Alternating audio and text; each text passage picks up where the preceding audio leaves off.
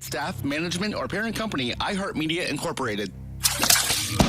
Welcome to the Bartow Ford Real Animals Radio Show, your weekly voyage into Florida fishing. Presented by Hubbard's Marina, hosted by Captain Mike Anderson and Captain Dylan Hubbard. Good morning, Tampa Bay. Captain Dylan Hubbard here for the Bartow Ford Real Animals Radio Show. Talking fishing this morning. Got Captain Travis Thompson in studio from All Florida. Going to be talking a little bit about inshore, nearshore, and offshore fishing, a little bit about FWC goings on. We got legislative session updates, and ICAST is coming up this week. So a lot of things on the docket, a lot of stuff to talk about, and looking forward to a great show. Hopefully you are as well. Definitely excited to have you back, Travis. Glad to be here. You left freshwater fishing out. Yeah. I didn't love that you left freshwater fishing out. And hunting. And hunting, but it's not hunting season so much right now. Okay. But like I've been freshwater fishing more than I have saltwater lately. I got to slide on the hunting thing. Yeah, I'll let it slide right now. I'm sure we'll talk about it. Freshwater side. Yeah, you've been freshwater fishing a lot? Yeah, well, actually panfish fishing. Okay. Yeah. All right. So yeah, and I almost picked up a fly rod, but I was worried if I did that, like I was going to get a lot of criticism from folks like you and folks like myself. Like the man in the mirror was going to have a long talk with me if I picked up a fly rod. So I did not. This past week, I was out at the island there with my kids, and we did a little fishing, catching some mangrove, stuff like that. But while we were sitting there on the sandbar, there was a guy anchored up on this little micro skiff, fly fishing the outbound tide at Bunce's Pass. I was like, that looks boring. He stood there and just waited for fish and kept trying to present him flies. Man, it was tough to watch. Well, we're going to get heat. I know this already because we've opened up just controversially. But I argue that micro tarpon and bedding panfish, like bluegill and little bass, fly rod's the most efficient way to go. Yeah, I would agree. And docklight snook. There's times when docklight snook, when like you don't finicky. have to, you can get that little bait in there. Fry bait exactly, season. Or those little glass minnow type things. Like you can match the hatch in there and really get in on it. You can't do that with a spinning reel or anything else. So yeah, in those cases, I support fly fishing. I just don't want to be labeled a fly fisherman because I don't want to. There's stigmas that attach to that. Yeah. I couldn't pull it off personally. What's the email? Captain Mike Anderson at Real Animals. Email him your complaints. Yeah, let him know your complaints. As far as the weather goes, we have a beautiful weekend ahead. It's absolutely gorgeous today. A little bit of a rain chance, but not much. Tomorrow's looking really nice, too. Monday, it picks up a little bit. We're expecting a little bit of breeze there Monday. Tuesday's looking pretty good overall. Then potentially midweekish around Wednesday, Thursday, we have quite a bit of little breeze coming through and gets a little bit more, I would say, moderate to nautical there midweek, Wednesday, Thursday, before calming down for the rest of the week. And looks like a good weekend coming up. So if you're going fishing, I would definitely plan on going this weekend, maybe Tuesday between the weather, and then on the back side of the weather, closer to Friday, Saturday, Sunday coming up. So plan your trips around the weather, and definitely keep an eye on the forecast because this time of year it's just been changing so anything much. Goes. Anything goes. You get those upwellings, and you get the stuff that just sits out there and pulls moisture in. And it's been a weird kind of start. It has. Those weak. I mean, typical. You have those weak low pressure systems that kind of pull down and then stall just north of us. That tail hangs in the Gulf and things potentially develop. But a lot of times that is like end of May, early June, and then it stops. It's been all the way through June. Now we're into July and it's still happening. It's lingering. Yeah, it's kind of a weird, I don't know. I don't normally see these stalled fronts potentially causing some tropical formations into July like this. So I watched the rain fall heavily because that's going to affect my duck season. You said hunting. We'll talk hunting first, but it's going to affect my duck season. I knew you couldn't get through a whole show. But you talk water quality, you talk water movement in South Florida. Like, it's fascinating to me. I'll drive through Moorhaven or Clewiston and there's water piled everywhere. I can go to my duck ranch that's 20 minutes south of Clewiston, 20 miles south of Clewiston. You can drive a 2-wheel drive car across this, dry as a bone. Like that close together, but it's just like the patterns, and you get the lake that affects it. You get there's really hard edges to it and stuff. So it's fascinating how different the water can be a little bit around the state. And it's so, I mean, very typical of Florida, right? Raining on one side of the street, not the other. Yeah, but then like you have pooled water, you've got underground water movement and stuff like that. Even down there, like 5 miles could make a massive difference in where the water sits, how much is sitting there, everything else. So it's really, it's frustrating as all get out if you're trying to make a living off of it, but it's fascinating to watch if you just like the science and the hydrology and the ecology of it. It's really neat. Yeah, and it's been definitely a lot of freshwater influx into our estuaries. We've been seeing that. A lot. I mean, this full moon was a real true testament in John's Pass. A high tide. It's crystal clear, beautiful. Looks like the Bahamas. Looks like spring, not summer. The water clarity is so high. And then all of a sudden that tide switches, give it an hour and a half, and it's brown like St. John's River. Just flushing. Yeah. Just absolutely flushing. It's pretty intense. But that good water exchange, I've always heard, is good for like your shrimp and your crabs and your stuff, like your stuff that's depending on that estuary and clean water tidal flow. And it's good for exchange, too. Yeah. Like those subadult mangrove snapper that are getting ready to swim offshore. It gives them a good flush, and it lowers predation because they're able to kind of shoot out a little bit faster instead of moving in those schools, you know. So gotcha. It's good all the way around, and I think it's a positive thing.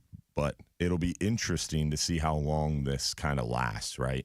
This pattern until we get into that true summertime pattern of potentially those tropical systems coming up from the south. But it's been an interesting start for our tropical season, and hopefully we continue to get lucky. Yeah, summer's just started. Yep. Right, but like we tend to think like June, July, August as summer, but really summer's just started. So we're starting. I think we're starting to move into that summertime pattern a little bit. Starting to see them build on the coast, move inland. 100%. Yeah, and we've had a little bit of that wind pattern shift where you get the storms build up inland and then move offshore, which has been a little strange as well. But summertime pattern, as far as the fish are concerned, the water temperatures have had the fish in that summertime pattern for quite a bit of time now. That's right. And it's definitely been cool to see all the snook out on the beaches and the redfish coming in. So things are going up with weather. This weather update was brought to you by our friends over at Reese Windows and Doors. They're Florida's leading window and door company with over 50 years in business. They offer free installation on most windows and doors, and they install in just 6 weeks. They only use in-house installers, no freelance contractor, and their work comes with a double lifetime warranty, which means you never pay for the warranty. And when you sell your home, that warranty transfers to the new owners, adding value to your home. Visit ReeseWindows.com for more info, and Real Animals Radio will be right back. Hey, it's Ryan Gordon here, and I'm excited to team up with my friends at Mark Spain Real Estate to give one of you. Snook on the beach a couple weeks ago. Dude, it's crazy. The snook on the beach have been nuts. Yeah, and they haven't really been like at Hubbard's. The snook have been really slow. Because I think it's because of the bathymetry change, because that sand is so close to us. So our dock is like 3 foot deep underneath the dock. So I think that's really kept the snook off of our dock. But now the snook are there, heavy. Really? Heavy. And it's crazy. After we're done cutting fish at 1 o'clock, we dump that barrel of carcasses in the water, dude. And hundreds of snook eating carcasses. All size? Mm-hmm. And our dock master yesterday, he was working a double, so he had a 30-minute break in the middle of the day. And instead of going to get food or taking a lunch break, he just fished off the dock. He caught 3 snook, and one was 37, one was 38, and one was 39. It's pretty solid. Dude, those are big snook. Yeah. He was pumped. I'll bet. He came in the office shaking. He was like, dude, look at this photo. I caught this fish. I was like, you were fishing on the clock? Had to give him a little eat. It was funny. You gotta check them. Yeah. I hope check them a little bit. Keep them honest. Yeah, we fished with RC a couple weeks ago. Yeah. And it was for snook, we could have caught 1,000. Wow. Like literally. As many as you wanted. Yeah, your bait hit the water, came tight, you were on a fish. Yeah. And some good snook too. Like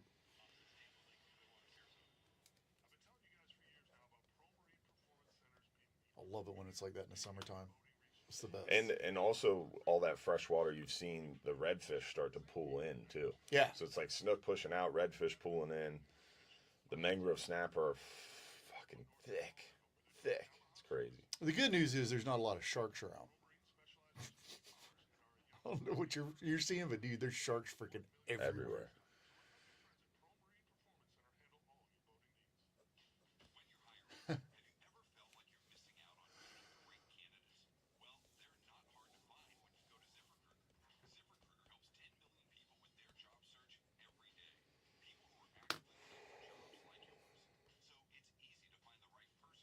Oh, I didn't talk about I need to talk about that again.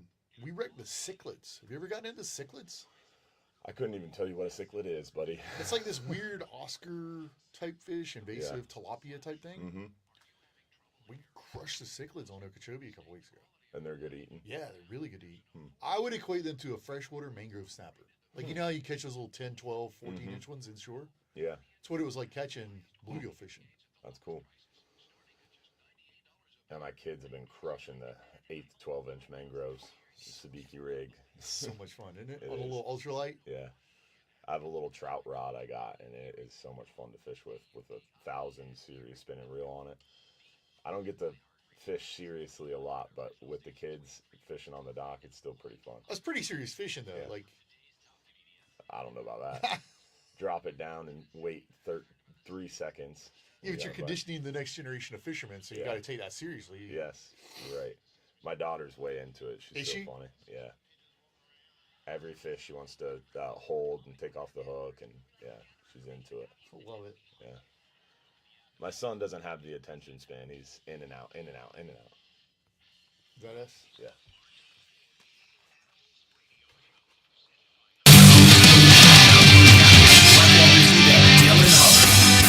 We're back. Bartow for Real Animals Talking Fishing.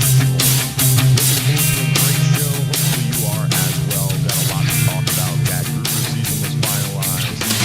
Also want to give a birthday shout out to our buddy Nick Nieves. Happy birthday, my friend. Appreciate everybody tuning in on the live stream on the Real Animals and Hubbard's Marina Facebook pages as well. We've got Captain Travis Thompson in studio this morning talking fishing, and we got our buddy Captain Mike Perry on the line here talking the Keys, Big Pine Key, and we'll go over to him real quick. What's going on, Captain Mike? Hey, Travis. Hey, Dylan. How you guys doing? Mike, how are you? Doing well, buddy. How are you? I'm better. I was real sick the week of the holidays and stuff, and I actually, for the first time in a long time, had to actually cancel trips on my behalf. So, but now I got to get back out there to work and make up some of that money that I didn't make already. But the fishing, we started back yesterday. I started feeling like I could be out there and make good decisions and everything. And the fishing's been great. The pelagic bite has been mahi everywhere, and pretty much we go and get some mahi and get what the people want on the mahi side, and then we decide what else we're going to do. And That's awesome. there's been some wahoo around. There's been some blackfin tuna.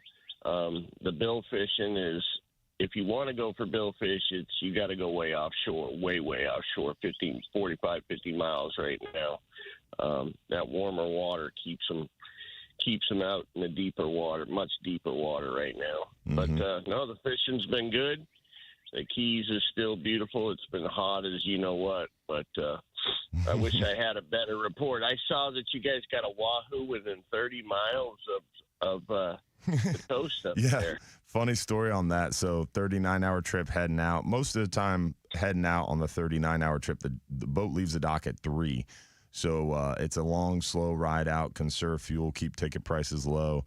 And so most of the time we don't get to deeper water like true blue water, that pelagic water, until maybe 5, 6 o'clock. That sun's already getting pretty low. And most of the time you don't really get anything of quality on the ride out trolling on the 39-hour. Most of the time we're targeting mackerel, maybe a kingfish, and then mostly bonita to use for bait. And the trolling rods go off. They hook a troller. They let the captain know something was hooked up, and he didn't even slow down because assumed it was a bonita. And the guests reel up the fish, assumed it was a kingfish, thought it was a kingfish, and swung the wahoo. It wasn't even gaffed. Oh my gosh. Yes. So they swung this. It was probably maybe 14 to 16 pounds. It was a decent wahoo. It wasn't a weehoo. Right. It was a quality It was a real deal fish. Yeah, but swung that thing right in the boat, baby, on the move at 9 knots. So it was pretty impressive. But yeah, the bass fishermen swing into the boat with a wahoo. That is easy, Mike. Calm down. Don't come after the bass guys. Got to watch your audience this morning. I know. But it was cool to see. And that Rapala X-Rap Magnum, the redhead white body, is what got him. So cool to see wahoo in that close, and it's a good reminder. I mean, I've heard they've been caught as close as 18, 20 miles before. So you gotta be aware and be ready. So you never know what's going to swim up. That'd be convenient. Exactly. Well, real quick before I get off here, the biggest kingfish, and I know they're around. The biggest kingfish my better half, my wife, caught was a 38-pounder in the Gulf side, and it was within sight of land. I mean, you just never know. And I know kingfish are more apt to come in. Heck, they catch them in Tampa Bay. They catch them, all over close, but. You don't expect when a big pelagic like that hits it that close in the shore, and for a wahoo, that might as well have been within sight of land. I mean, you just don't hear about that very often. So, no, I would agree. I just wanted to give you guys a call, tell you I'm back at it, and I'll keep up the reports. And I'm not sure if I'm going to make it to ICAST this year because I lost a lot of time on the water and my nursing job. So got to get back out there and keep making the money to live the lifestyle that I'm accustomed to. Yes, sir. Well, hopefully you do end up freeing up for a day. Come up and see us. Yep. I will definitely. I mean, you'll be holding court with anybody that has got a political side to the fishing. I've been labeled hard somehow. to get time in with Travis. Oh my gosh, he is. I've been labeled. He's an all-star at ICAST. It's pretty wild. Yes, he is. Yes, he is. You guys have a great day. God bless and tight lines. See you later, Capt. Thanks, Mike. Appreciate it, buddy. Always good to hear from our buddy Mike Capt. We got Ron from Ron's Tackle Box, our freshwater. Imperial Polk County. Yes, they're on the other side. Hopefully we'll hear from you as well. Remember, 1-800-969-9352 to join the conversation. 1-800-969-9352. Real Animals Radio. We'll be right back.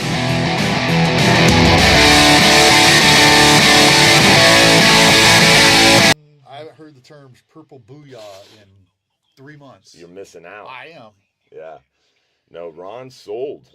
He did sell? Yeah, so he wasn't unable to sell the actual business, so he sold the land.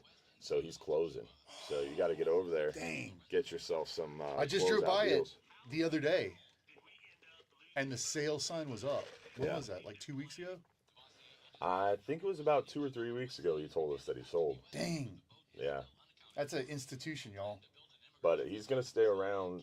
He's got like closeout deals. I don't know when the actual business is going to close, but he made it sound like he was going to be open as a tackle shop for a little while longer. He's still calling in, so. Well, I'm sure he's not going to quit fishing. No. And I'm sure Ron's going to have his finger on the pulse of what's going on fisheries-wise for a minute. Yeah. You don't forget, that's for sure. Melissa, what's up? What's up, Mike, Mark, Robert? Appreciate you guys tuning in. Nick, Jerry, Dan the Fishman, Angie Darling, Paul Brown, Robin. Appreciate you guys. Jeff, Jack, Alejandro, Mr. McPhail. Appreciate you guys. What's up, Alan from St. Pete? That's my guy. Get them purple plugs while you can. Yeah, dude, I'm gonna go buy all the booyahs out of stock. What if this is a scam by Ron, where he's like, I'm going out of business. He sells all the booyahs over and over again. I don't think you could buy all the booyahs. He's probably got pallets back there. He's got perpetual stock of them. Yeah. It's like, oh, you want to buy all of them? I'll be right back. Get the forklift out. Good morning, LaShonda. How are you? Yeah, he's got unlimited supply of Booyah royalty Direct purple. line. It's a direct line from. They drop ship right there. They come off the line and just ship them to Ron. They're like, man, I don't even know if we should keep making this lure. And they're like, no, we sell 1 billion of them in Polk County, Florida. Imperial Polk County.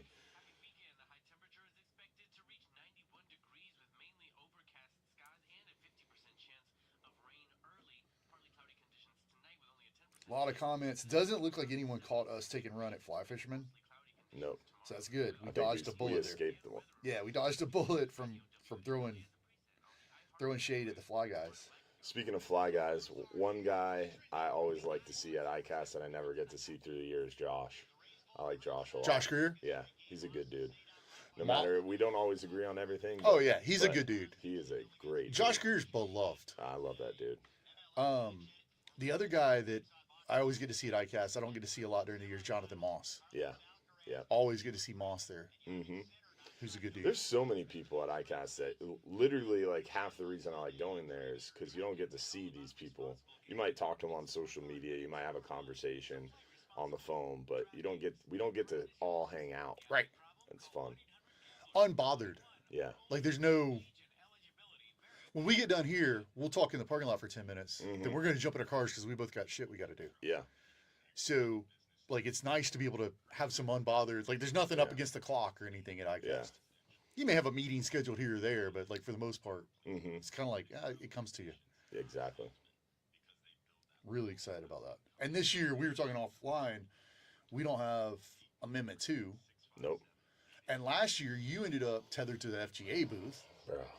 So this year, you don't have that Anchored. overhead. I'm actually looking forward to being able to be tethered to a booth some, because last year I was not at the booth. Yeah. I don't think I saw the booth. Was it Yeah. nice? Like, I don't think I went by there after it got set up.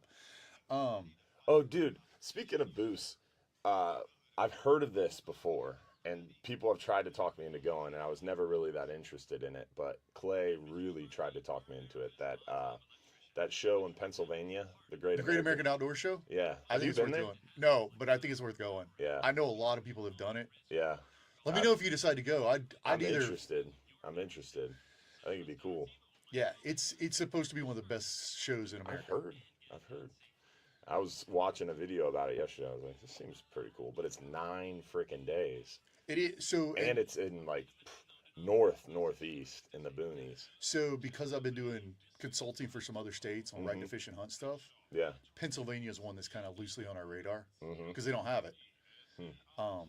And they just passed Sunday hunting. So a lot of states still have blue laws.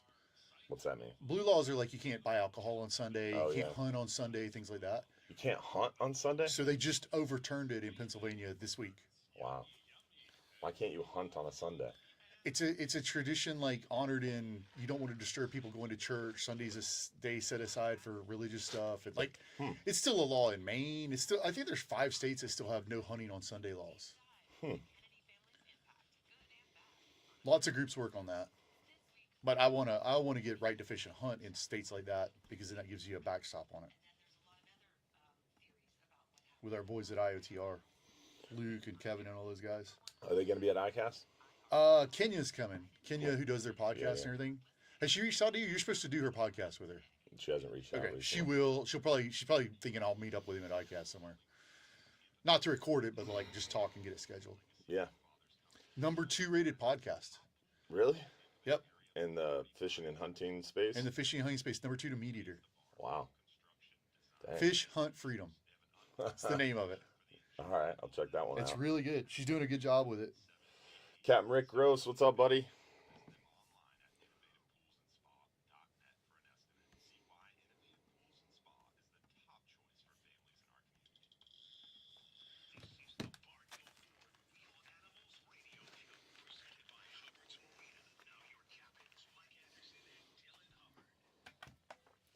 We're back, Bartow Ford, Real Animals Radio, talking fishing this morning with Captain Thompson from all Florida.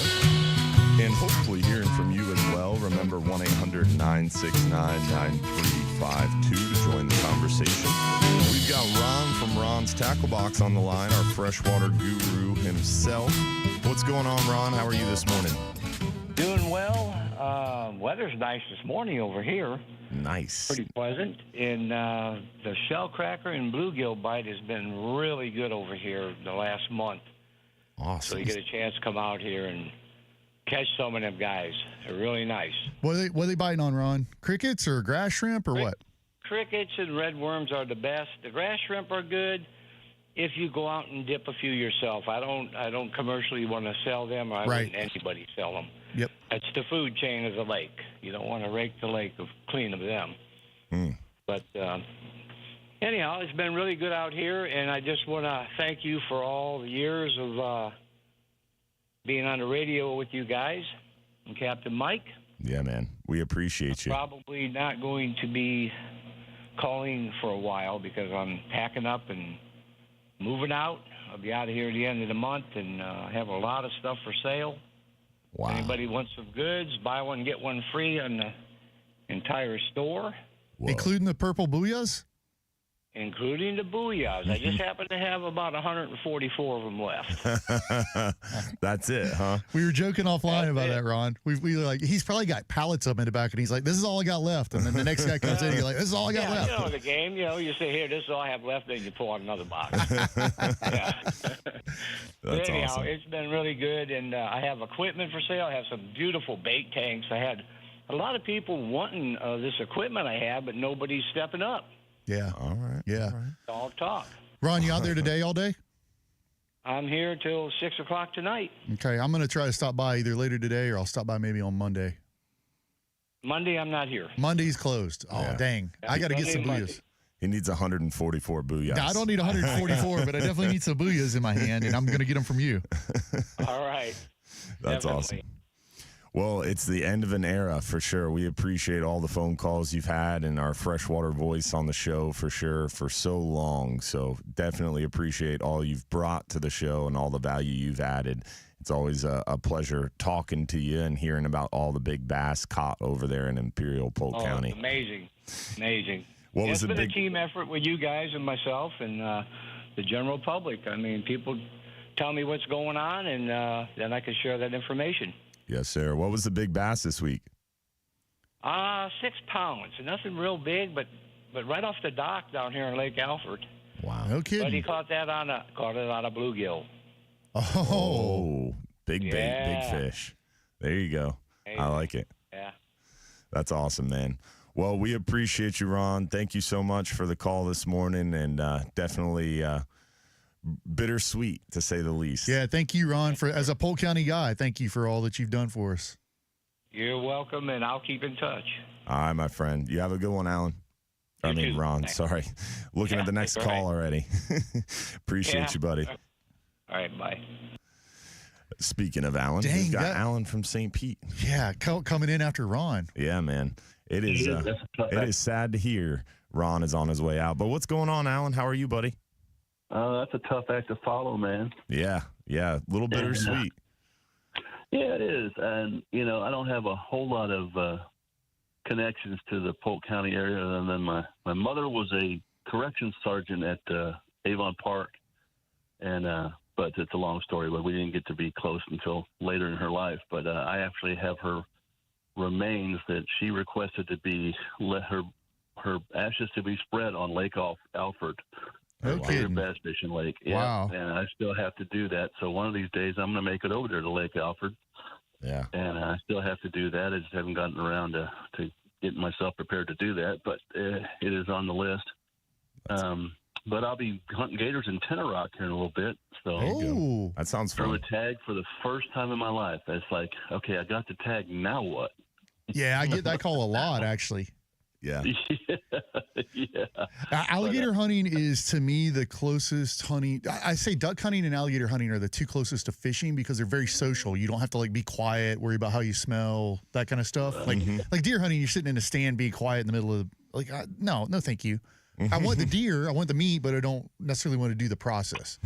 But fishing is nice because you visit, you're with buddies, you joke around, pick on each other, social, even if the bite's slow. That's how alligator hunting is. You're out on the lake and you're able to just kind of hang out and You want to be loud, right? yeah, maybe you have an adult beverage or something. You do what you do. You have some snacks and then all heck breaks loose at some point. What kind of harvest method are you going for there, Alan? Bait? Well, fishing, I'm going snagging? to. I've only been gator hunting once in my life, and that was for my son to get one. And I've enlisted my buddy Bill George is going to take me out. I know Bill well. Bill's a legend in the gator hunting community, and he's got all the proper equipment and knowledge, and so we're going to enlist his help to do it right because, once the bank stick goes on, I don't know what to do next. I'd never have cleaned one, skinned one, so yeah, I'm going to get some proper knowledge and expertise to help me do it right. But has Tinnerock always been a hunt? I feel like it's a newer tag, isn't it? I'm not really sure. I put in every year. Like I said, I'll never draw anything. But somehow I did it right this time. We're trying to figure out the wildlife management system in the state is really kind of difficult. It's a trick to learn to navigate. It's an obstacle, I think, to people getting into hunting. It's not like where my wife's home state in Wisconsin where you just go up there, get your tag, and walk, 150 yards, on public land somewhere. Yep. And there's 400,000 deer running around. Yeah, make life easy. They close schools for deer season in Wisconsin. Yeah, it's a little different down here, and in my opinion, it's a much harder to hunt in Florida than it is in the Midwest over corn. Yeah. Yeah. Well, good luck on the alligator, man. Can't wait to see some pictures. What phase did you get? What week? 22nd. So not April. August 22nd. August 22nd. Okay, that's probably the second or third week. All right, you should get on them, man. Hope you get a big one. Good luck, my friend. This week I'm gonna be I've been trying to get out to find the scallops. Oh, scallop season is open. Finding scallops is kind of like finding morels up in the Midwest. No one wants to talk about where they are. Yeah, should have been here yesterday. It's the only fishery that's secretive around here for some reason. Oh, there's some others that are secretive. They're so secretive we haven't told you about them yet. Yeah. Yeah, they don't share that knowledge too much. But life unfortunately has kept me off the water for the last few days. Life and the weather, but of course, when it doesn't rain in the afternoon, the days I have to work. So. Did he say life or wife? Yeah, I think he said life. No, okay. Wife is only. Sometimes the only reason I get to go is the wife. Okay, all right, good. Yeah, good deal. Yeah, the wife is motivated. There you go. Well, we appreciate you, Alan. Thanks for the phone call this morning. All righty, we'll see you soon. All right, buddy. Tight lines. Good luck on that gator hunt. That'll be fun. Excited about that. By the way, Alan, you can message me offline if you have any questions or anything. Glad to help you on that. Bill's a good dude. I like Bill. Bill George will get him on a gator though. Yeah. Like he's every FWC meeting. That guy's there for a billion years. Yeah. Like I think I don't miss him. I think Bill George has missed like 2 in 10 years or 12 years or something like that. Maybe always 20 there. years. Who knows how long? Good dude. We got Al the Crabber from Oldsmar on the line. What's going on, Al? How are you this morning? I'm doing great. There's in Oldsmar off Hillsborough and Silver Mill Shopping Center behind the West Shore Pizza Shop is a canal. Okay. And right now, there's a lot of snook about 28, 32 inches and redfish about 30 inches. I was there this weekend fishing, and in about 25 minutes, I landed 3. Nice. And, can't beat that. I put them back because I'm looking for the crabs. I got 4 crab traps there. They fill up on every 3 days. Wow. So you got the crabs, you got redfish, and you got snook in that big canal. I think nobody fishes there. That's why it's like a virgin territory. Right behind the West Shore Pizza Shop. They'll be fishing there today. This afternoon, there'll be some people fishing there. Won't be so virgin after a while. Me and Dylan will be out there. That sounds fun. The West Shore Pizza Shop, the canal up there, huh? Right behind it, there's a bridge there. If you want to go off the bridge, but you got to pull your line over a pipe. But it's better to go right behind the grassy area. And on the other side of the canal, it's real clean. They just cleaned the trees out of there without disturbing anything. But it could be private property for the rental apartments. I am not sure. I always go behind the pizza shop. There you go. It's real easy and clean. I'm not looking it up on a map right now or anything like that. Get a slice of pizza and go crush some snook and You handle this call, Dylan. I'm not looking at a map right now. That's awesome, man. Well, that's some good insight. Virgin territory. nobody ever goes there but me. There you Some go. people got little boats. You could put them in and coast down there, and it'll be like, like heaven. There it is. Donald behind the Waberman's pizza shop. looking up where to launch his kayak right now. Donald is there right now. He's already there. He's about to call in for he's going to be, like he's already there. Yeah, that's awesome, And Al. there's large crabs, like 7 to 9 inches. In 3 days, I filled up 2 traps. And you're talking about blue crabs. Blue crabs. That's right, blue crabs. There it is. Well, we appreciate the info and the insight, Al. It's definitely sounds like a hot spot to go visit for sure. Yeah. Travis is lost in No, Google I'm Maps. good. I've got it marked on my maps, my phone now. So we'll see you this afternoon. Thanks, Al. We appreciate you, take buddy. care. See you, man. Bye-bye. Oh, that was a cool phone call. That was a great phone call. Just dropping bombs. Dude's just giving specific tips, Here's the specific spot to go catch redfish. My and favorite snook. part was he's like, it's full of basically upper slot, mid slot snook, and 30-inch redfish. I'm interested in the crabs. Like those are bycatch for him. Way. Yeah, like he's like, doesn't bother me. I'm fishing to kill time between crabs. And he told you where to park and fish. It Not might only- be trespassing. We don't know. Well, he Figure said it the out. other side might be trespassing. Oh, He okay. said behind West Shore Pizza, you're good. Okay. So you can get some pizza, sit on the bank, catch some fish. I love it, Maybe dude. some crabs. Just don't mess with his crabs. That was an old school phone call. That was. That's classic. a phone call like from the 80s, man. Like, here's where I'm fishing. This is what I'm doing. Like, come on down. Drop the pin. Yeah. Here you go. That's awesome. Definitely a lot of good stuff going on. Redfish are on the move, moving back into the bay. Mangroves are fixed. Look up super prolific along the beaches, passes. We're seeing some good trout on the edges. We're on the backside of that full moon, coming up to the full moon midweek this week. Lots of good water flow until about early work week, so take advantage of it. Real Animals Radio will be right back.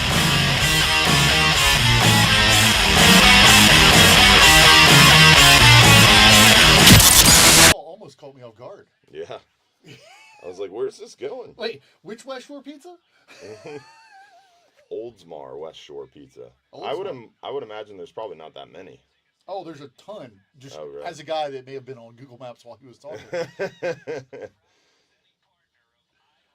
Double Branch Bay. I kayak fish there. So Donald already knows where he's Oh, talking of course. about. I'm telling you, Donald's there. Donald's like, dang it, that was my spot. Yeah, Donald's he just like, why burned is my this dude spot. blowing it up. Oh, yeah. I've Morning, never Pops. eaten at West Shore Pizza, so I killed 2 birds with 1 stone. The big snook are out on the beach. Who's that? Jerry Smith said, where are the big snook? I'd say the biggest snook I've seen caught lately have been in the passes and on the beach. Big dead baits in the passes. Like I said, they're catching snook around John's Pass on carcasses, gray snapper carcasses, like a 10-inch carcass. And big snook out on the beaches. Our buddy Scott Snook on Instagram, man, he was tearing them up. He's in Texas right now visiting his son, but he was sending solid upper slot fish, multiples a day. I love snook fishing this time of year. Yeah. Love it. Dude, Scott joined the live show a couple weeks back and spent an hour giving Snook Snook tips? University classes. It was interesting, dude. 8-pound mono. No. Yeah. No. 8-pound mono on the beach. Oh, With like a 10 to 12 inch, 8 to 12 inch piece of 20-pound fluorocarbon, and his tackle box is Make it invisible. Yeah, his tackle box is like those little those round mint things that like the hard mints come in. Yeah, like the icebreakers. Yeah, icebreakers. That's it. So he's got an icebreakers container with his hooks and his split shots with different variety sizes of hooks and split shots. And then glued to the bottom of it is a little tiny fluorocarbon spool. And that's his tackle box. Love it. So it fits in his pocket. So efficient. Yeah. I was like, that is Have you ever a seen good the idea. mono? You've probably done this before, but the mono braid. Like you have somebody walk off 20 yards, and they hold mono in one hand, braid in the other, and you set there's not a hook, but you set the hook on a rod. On the mono, like it doesn't move. Yeah. Your hand will move because of the stretch. which I think in spooky water with spooky fish, like or clear water, Yeah. way more efficient. Yeah. 100%.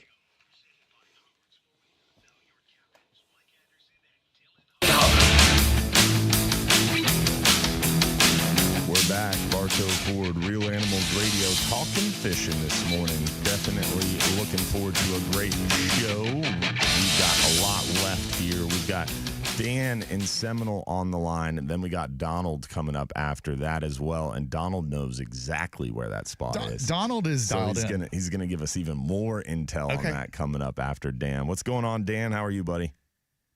Yo, what's going on, guys? How y'all doing? Dan the Fish Man. What's up, buddy? How are you? Catching some redfish, I see. Yeah, man. I was on the redfish yesterday. I had to work a little bit. But once I found them, I was locked in. They're hungry for some cut finfish, live shrimp, anything I was throwing there eating. They like this hot weather, man. Yeah, man. They're moving up. That's they for like sure. the hot weather. That's awesome, dude. Yeah, for sure. For sure. It was good. Good to see. And I found a few mangrove snapper, too, like the inshore mangrove snapper, like you guys were talking about earlier, really seemed to be firing off for me on some rock piles I have. Yeah. On some flats, and they were good-sized ones, too. Yeah, man. They are clouded up at the pass. It's hard to fish for the snook with shrimp. Because they'll just hammer the shrimp? Yeah. You put a shrimp in the water, and it's like piranhas. Yeah. It's wild. They move off, what, is it the full moon in August or September when they'll usually start to move off? Generally end of the summer, so August, September. It depending on when varies, it falls. But yeah, they thin out when you get to that later summer passage, and they seem to kind of move off the docks a little bit, and then towards September they really disappear. I'll go to those rock piles and do a chum block like you do offshore. Yeah. And just wreck them. Some of the deep water rock piles, they stay all year, and they get big. The adults will stay, like if you got a deep water rock pile 15, 20, 25 feet in the middle of the bay. You catch some 15, 18, 20-inch fish off those. 25, 30. Oh, That's really? Crazy. Yeah. Big fish. Yeah. Capt Mike said one of his buddies caught a 6-pound mangrove in the bay. Whew. Yeah, so I've heard of some truly offshore quality fish caught on those big rock piles in the bay. So if you're doing it right, and the thing about mangrove snapper in the area is it's cool because inshore it's kind of like your reprieve, right? If you're fishing for snook trout, tarpon, you want that tide to be right. You want it to be moving. You want moving water. You want to hit those solunar majors, minors. But then when you get to that slack tide, especially this time of year when the water's hot, fishing kind of blows, but you can transfer, and instead of targeting snook, trout, redfish, as soon as that tide starts to slow down, go hit those rock piles for the mangroves. That's exactly right. It gives you plenty of things to do. Yeah, that's exactly what I had to do because the redfish weren't biting early, and I needed to catch some fish because it had been a while, and I actually was having to chum them off of the rock that I was in because, I mean, there were some like 12 and 13 inches, and with your 2,500, they were putting me into the rock. So I was having to chum them off the rock, and then they were hitting, off of the rocks. It was fun. Dan, are your redfish on the flats, or are they up under the trees? They're in the trees. Yeah, I was having to wait for the tide to move. I couldn't find them on the flats, and then so I waited. Tide came up, and then they were pretty far back into the trees. Yeah. So throwing that cut bait right on the edge of the tree, letting them come out and find it, huh? Yeah, they like those mangroves on the incoming tide. Yeah. It's been such a high tide, and really allowing those fish to move around. It definitely makes it a little bit more tricky, but fun.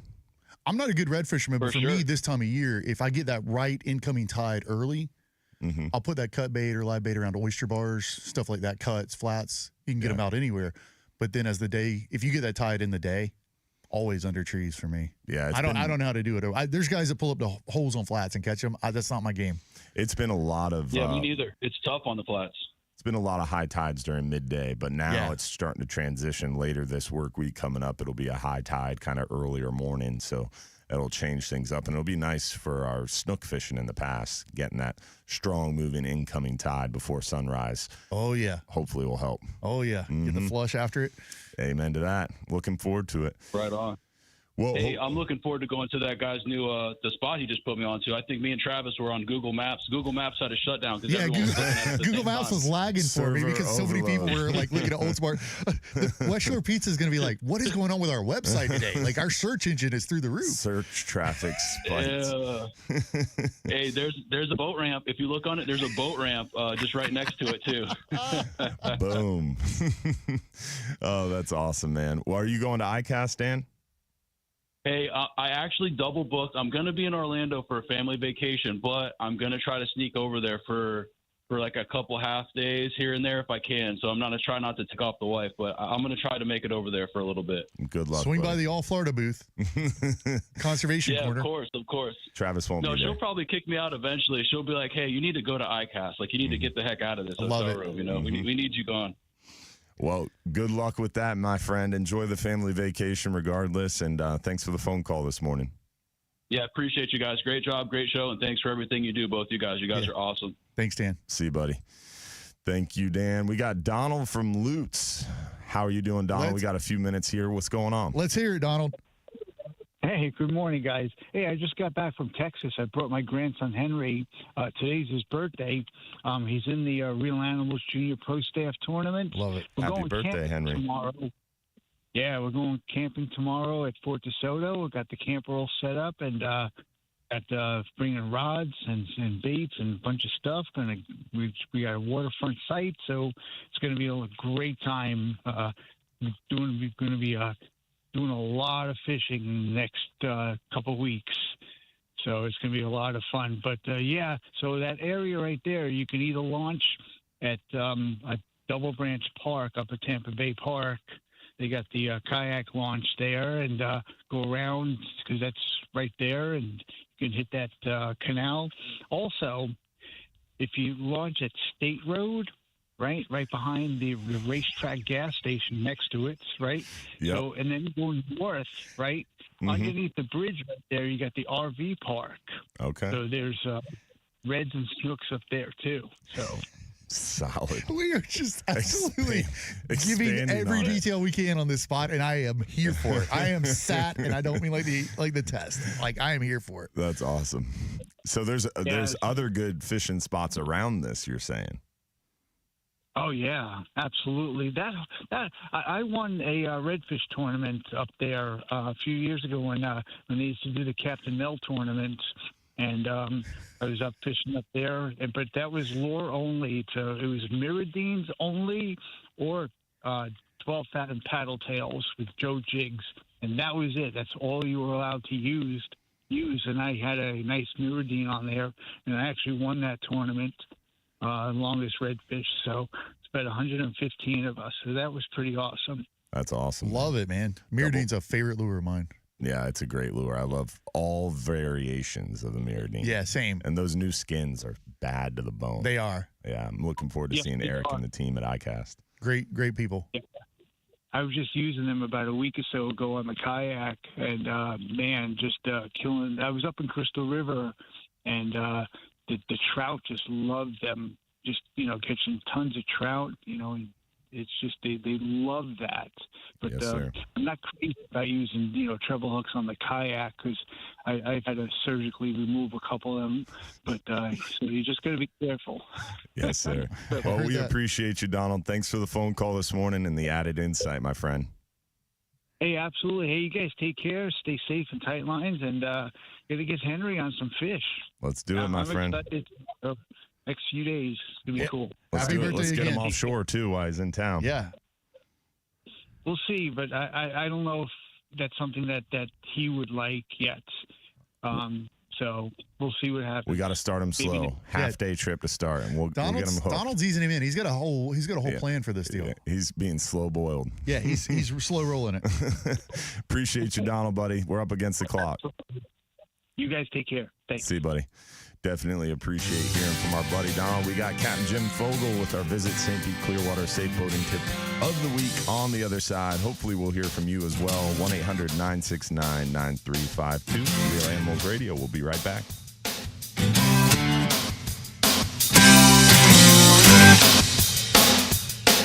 The preceding program. Number one on your...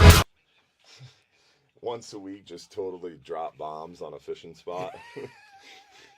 You know, there's some guy. This is the place you fish. This is how you access it. This is where you park. This is some other spots good for it. These are good restaurants around it. There's people giving restaurant recommendations on what to order for West Shore in there. Oh, that is hilarious. Like the horses have left the barn at this point, y'all. Like, we're ready. Like, let's do it. Best bait pizza crust. Can we get some reviews on Mr. Putter's Miniature Golf, which is right there nearby? Greg DiFilippo, appreciate the stars, my friend. Thanks, buddy. Mike, I'm pretty sure we have that reel in stock. You can call Hubbard's Marina to find out if we have it in stock. Our staff can help you out at 727-393-1947, or just visit our website, hubbardsmarina.com, and click shop, and visit the online store, and it can show you what's in stock. You can buy it online or just see if it's in stock. You can even buy it online and choose an in-store pickup. Save on shipping. Love it. Dude, the new online store is bad to the bone. Is it? Yeah, man. Shopify is what we switched to. Yeah. We're about to switch to that on All Florida. Yeah, dude, Shopify is the truth. It stunk from the aspect that Shopify is totally built and optimized for online stores. It's not really a point of sale system. It's not really built for brick and mortar retail locations. Yep. So their software only works on iPads. So it kind of messed us up because we've always used computers because like PCs. Because Hubbard's Marina, our focus is trips and getting people on boats. Not sales, not retail. Yeah, so our reservation system has always required computers because we have a bigger screen, mouse, keyboard. So I made the very contentious, difficult choice to switch to iPads. And it was not easy. It caused a lot of problems because you go from a 27-inch monitor to an 11-inch iPad, and you go from a monitor with a keyboard and mouse and just ease of use to 11-inch iPad you're touching. Yeah. So we've had to really work hard to add TVs to make the monitor bigger and keyboards, bus bars with all these different dongles to allow the keyboard and mouse. So it's gotten better, but it's still not perfect. Yeah, I wish we were just using computers. It'd be so much more simple. But the fact that the online store has been so improved is a big bonus.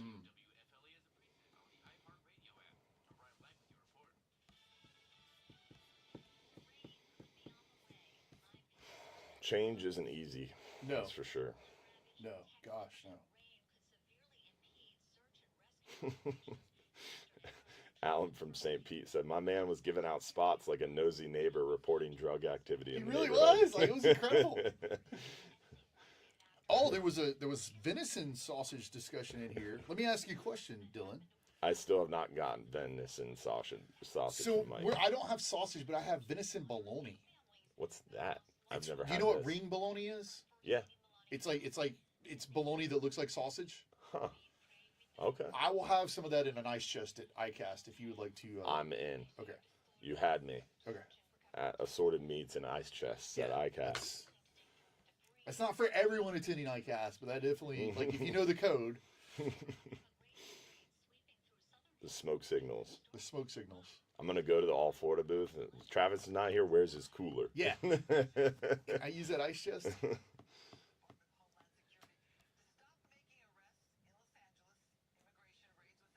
Dude, did you see Salt Strong released a travel rod setup? No. Yeah, so Salt Strong released a travel rod setup. It's in a like a little reel case, and it's not very big. Like, it's a maybe 48-inch case. No, maybe more than that. It's maybe like 3 feet, you know. So 36 to 48 inches. So it is multiple rods. It's got 2 bases. One's like medium, one's medium heavy, I think. Or maybe I got that backwards, but you get 2 backbones and 2 tips. So you can make 4 different rod combinations. Oh my gosh. Yeah. So you buy one rod, and it's like you get 4 rods, and it's They in a just perfect released it? travel case. I don't know how long ago it was, but I saw the ad for it maybe like 4 or 5 days ago, and the newest Comet was only like a week old. So, Joe and Luke, we need an update on the travel. Here we go. 4-in-1 travel rod. dude, it's bad to the bone. I'm buying one for sure. No, I need this in my car. Exactly. Because I have enough space to keep a full-size rod in my truck. But, Same. But inevitably, you're putting stuff in and out of the truck. Stuff gets broken. I don't like riding around with the rod sitting in the truck because I'm scared it's going to break, especially your nice tackle. So it'd be nice to have a travel case like that, the way you're always prepared. All right, I'm going to fishstrong.com. Give it a gander. It looks cool. Let's really say it's available. I might have one on the way to my house. Well, you live over by their tackle shop, right? That's true. Stop by in person. I could walk to their tackle shop. Rod, reel, line. 4-in-1 travel rod. That's a great idea. Yeah, you know they just passed I think it was 4. It was. What was it? They just passed some crazy milestone on YouTube. Oh, 400,000. It was 400,000. 400,000. I saw it. That's crazy, dude. Almost 500,000 followers or subscribers on YouTube. I'm celebrating. We just passed 18,000. Salt Strong is just crushing it, dude. 400,000 subscribers. It's crazy. All right, I'm searching travel rod. I've got the Slam Stick, the TFO. I don't know which one it is. I'm going to need... I think it's a Salt Strong product. I think it's one of their rods. It's branded Salt Strong? I believe so. All right, I'm texting Joe at 7:30 on a Saturday morning and being like, dude. We're on the radio. How much is it? Ask the price, too, because people are asking in the stream. Oh.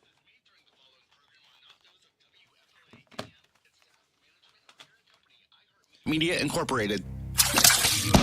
Welcome to the Bartow Ford Real Animals Radio Show, your weekly voyage into Florida fishing. Presented by Hubbard's Marina, hosted by Captain Mike Anderson and Captain Dylan Hubbard.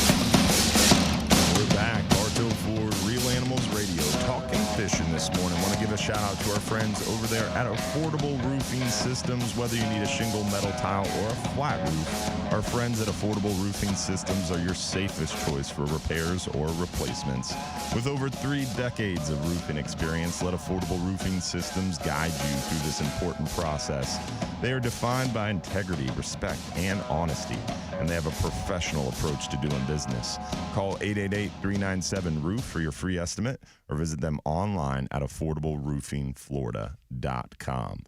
We got a few callers on the line. We've got Captain Jim Fogel with our Visit St. Pete Clearwater Safe Boating Tip of the Week. And then after that, we've got Hall of Famer Captain Lisa Fitzgerald. Oh, good. Legendary. I haven't talked to her in a couple weeks. Yeah. And also, hopefully, we'll hear from you as well. Remember, 1-800-969-9352 to join the conversation.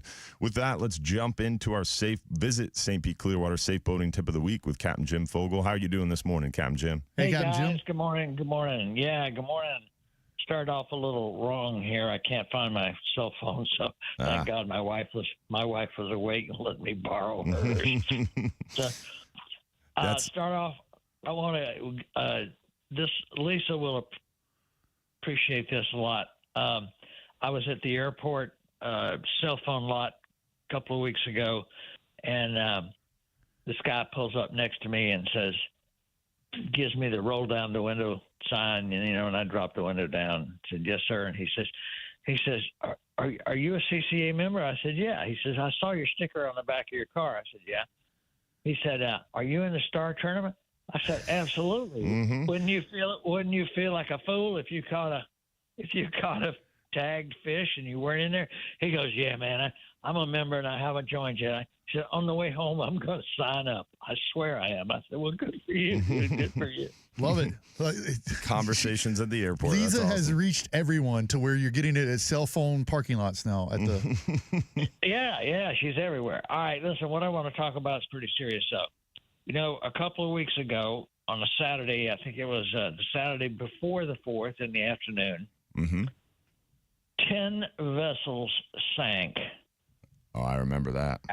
At Anclote, most of them at Anclote Park there at the island, 3 of them on a sandbar. Whoa. They had to rescue 42 people. Yeah, 42 people. Only one miraculously required medical attention. Wow. But, you know, that was one of those cases where, and I checked with National Weather Service, they said they put out a severe weather warning at 11:30 in the morning and again at 1300, or that's 1 o'clock. 30 minutes before the storm hit. Wow. But obviously nobody had the radio on and or were paying attention to it. I'm sorry, and I'm really happy nobody else other than that one person got hurt. Yeah, for sure. But you know, that could have been horrible. I mean, the waves were supposed to have been 6 to 8 feet in that park area there at the island. Wow. And just, you know, a snap of a finger. And winds in my house here, they were up probably 30 plus. So I don't know what they were out there. We've had But some please- crazy storms. You definitely got to keep an Yeah. eye on the radar. yeah, for sure. Yes. Yeah. I mean, you can understand up there at Anclote almost, you know, you go park your boat. They got great floating ramp docks out there. You know, you park your boat, you get your sandwiches and your kids, and you go over the hill there and get on the beach, and you know you don't pay any attention to anything else, and all of a sudden you get hit. But you've got to pay attention at this time of year, especially. I mean, we always want to keep a weather eye, but this time of year, man, you've just got to pay attention, or you know, Lord knows what could have happened. So please, people. Go ahead. I got to admit, I mean, as someone who watches the weather and checks the weather religiously multiple times a day, there has been at least a half a dozen times in the last couple of weeks that I've been caught off guard. Like, whoa, what's that? And have to pull up my radar and be like, oh, look at that thing. And it comes up so fast. Yeah, it can change on a dime. Yes. And sunny blue skies, gorgeous. All of a sudden, it can get really ugly really fast. So you got to keep an eye on the radar. Diligence, vigilance. Vigilance is the word. Yeah. Exactly. Not apathy. Yeah. I mean, you are responsible. You're a responsible person, you know, for your boat and your crew and your people and your family when you're out there.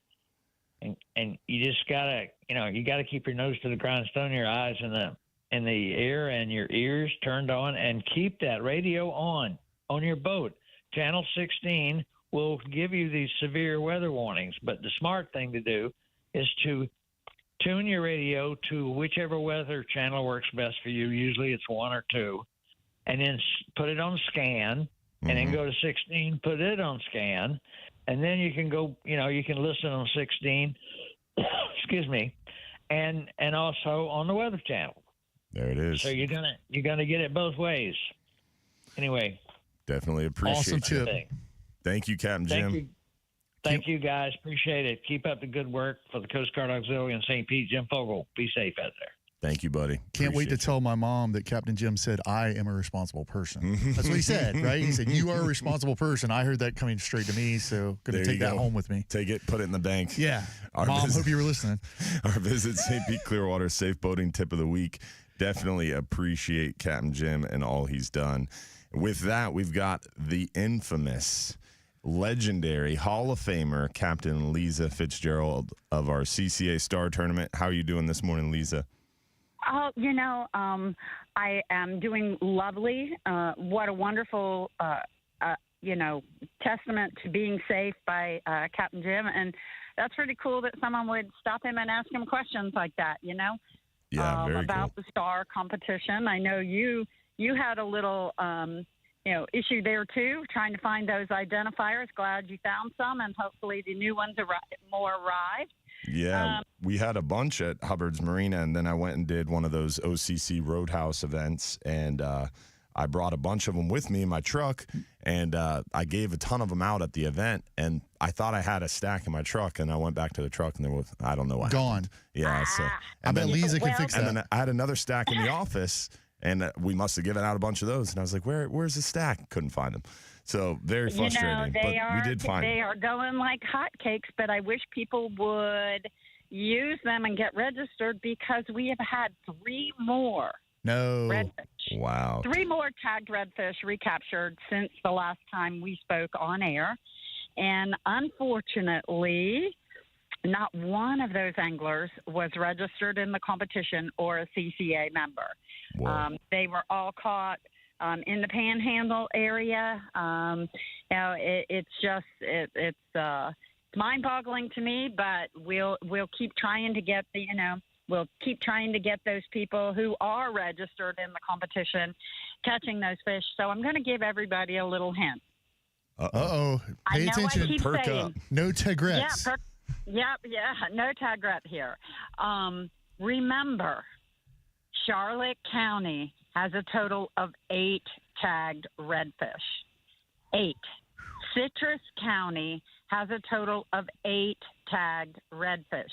Each of those counties have had winners, multiple winners throughout the 10 years of competition.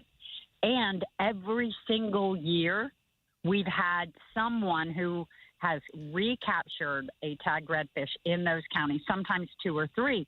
However, they aren't registered. So there are very specific areas in Citrus County, and there are very specific areas in Charlotte County that are notorious for holding redfish. And you can go online and find those on our CCA website in where people have caught redfish in the past. Think about that. Go to our website, look where those fish were caught in the past, and it's easy to determine where those fish might be. What website was that? CCAFLSTAR.com. Go to the website. These fish don't travel very far. And here's something else. If you catch a fish from the previous year or any other year, those are all different colors. This year's color is green. We've had pink. We've had blue. We've had yellow. You will win a $1,000 prize package from Engel Coolers. Ooh, so, that's bad to the bone. Now I'm going to say this.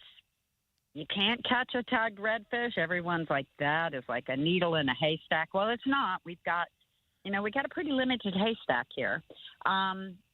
You can catch a multiple spotted redfish. Love it. Enter it in the Lots of Spots tournament and win a brand new SUP custom skiff, hybrid skiff with a Yamaha motor, Minn Kota, trolling motor, and a micro on this. It's just, there's so many ways to win. 53, almost 54 days left. 54 days left. Guess how much it costs you to enter in the STAR competition? Not much. If you're a member, it's like $40. That's great. It's $40 to enter the competition if you are a CCA member. And if you're not a CCA member, what are you doing with your life? Yes, it's $80. Hey, today we have a rodeo, a crab trap rodeo down here in at Placida Boat Ramp. They're picking up all the different trash that's sponsored by CCA and our efforts and Ocean Aid 360. And then Tampa has one on the 19th. These are the coolest cleanups you will ever get engaged in a great way to help our environment. And then all the trash that you gather in that competition enter in the can be tournament. entered in STAR. Exactly. Come on, double dipping, man. Double dipping, Win-win-win. baby. Double dipping. Win-win. Well, we appreciate and the same you. way Thank you with so any much. other competition. Yes, ma'am. We appreciate so many ways to win. Can you remind people one more time? We're up against the clock here. How to get entered. Go to our website. Our website is CCAFLSTAR.com, or here's even an easier way. Give us a call at 844-387-7827. That's 6a-8a-387-7827. We will register you right over the phone before you go fishing. Boom. Love it. Thank you so much. We appreciate the phone call this morning. Thank you, guys. Great to talk to both of you. See you this Keep week. the great work up. Yep, we'll see you this week at ICAST. See you later. Thank you so much. 6a-8a. Didn't get to ask her about West Shore Pizza if there were any tagged redfish in the canal. Next time. Real Animals Radio. We'll be right back.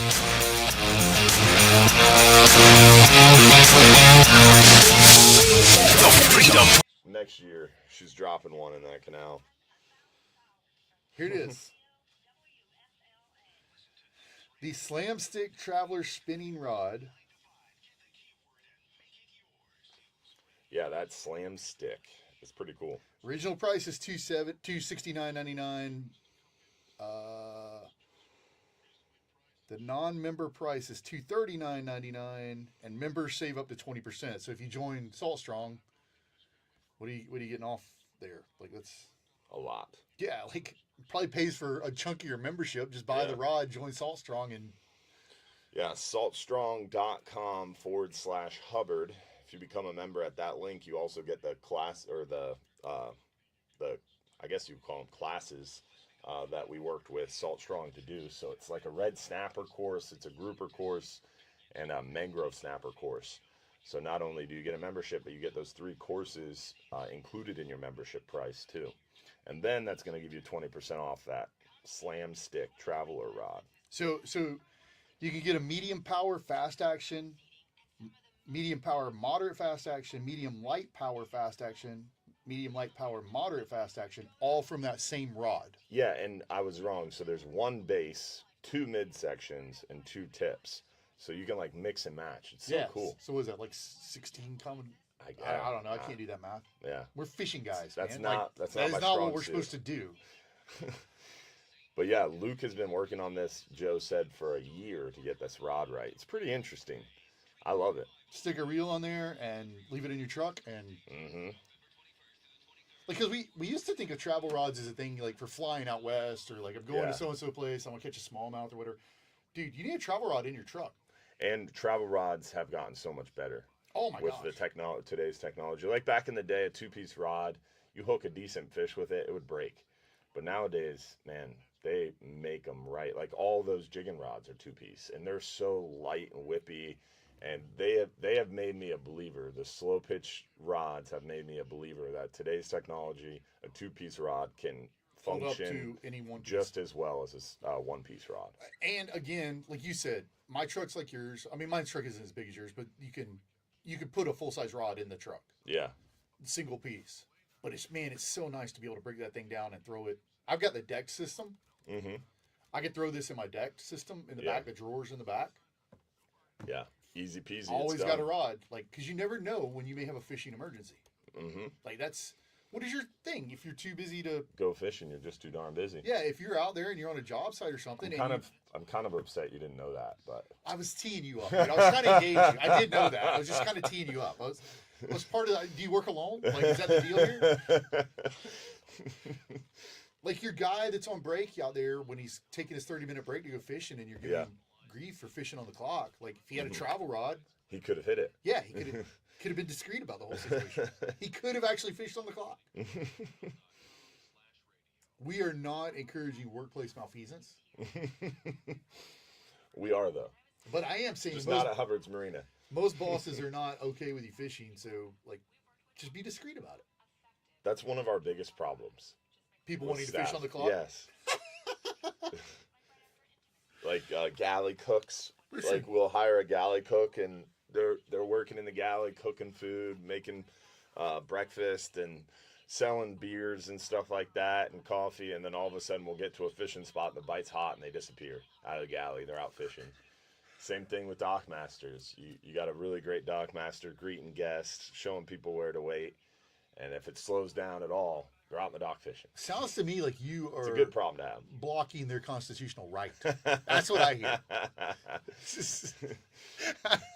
Definitely not blocking, enabling, if anything. Enabling is right. Oh my gosh. Yeah. It's always good to have some addicts Yeah. You know they love it. Yeah. And Stacy's right. That's the problem. She said, just get the boss to come out fishing with you. That's the problem is I see one of the staff members catch a 38-inch snook. I'm like, all right, I'm done with work for a second. Yeah. I need to Then go we're, do. Then we're all on the dock. Yeah, I gotta go address this with one of my employees real quick. Morning, Captain Jim Pollard. I know that one. Mm-hmm.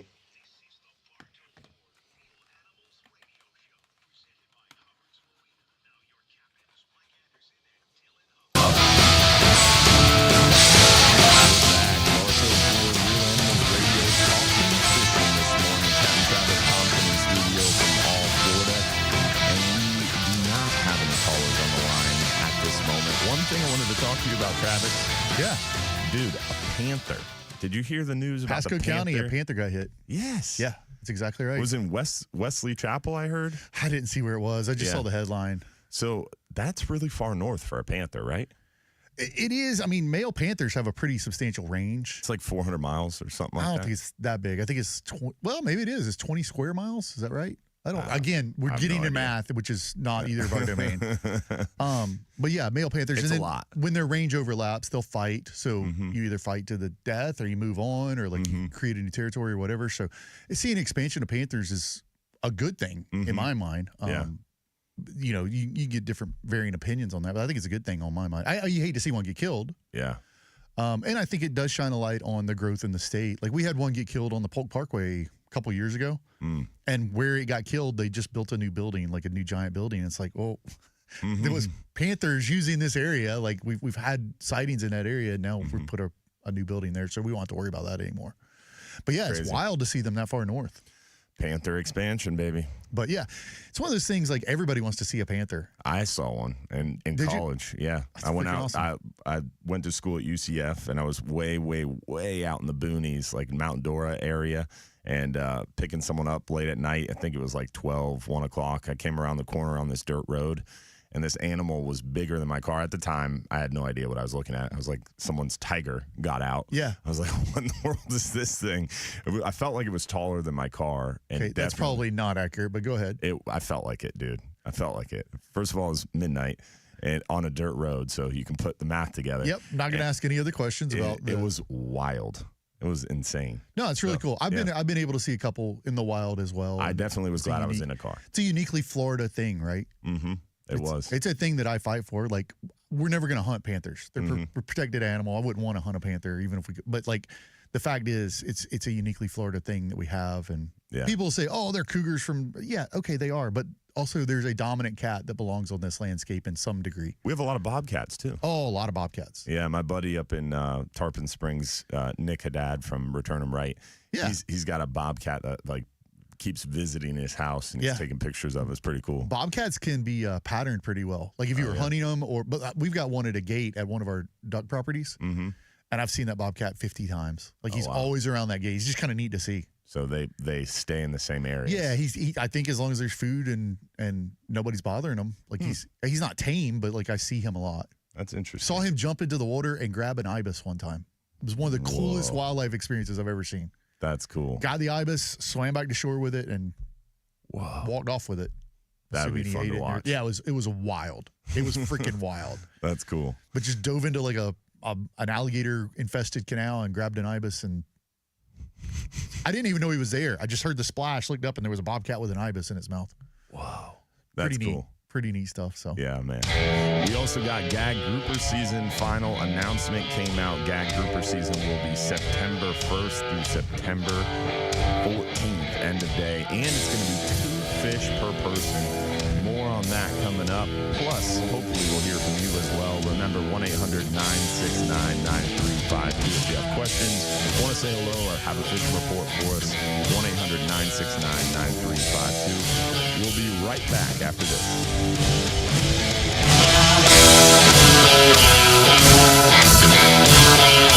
Was huge, man. I didn't realize how big they were. Oh, they're big. Yeah. They're a big cat. Saw one time. I thought it was an otter. So I can see how people could think they were black panther. It was wet, and it was laying down. Oh, wow. It looked like an otter, and then it stood up, and I was like, "Oh, that's not an otter. Definitely not an otter." Run! That's crazy. I was in my truck, so I. Thankfully. Yeah. I'm gonna go to the bathroom and be right back. All right.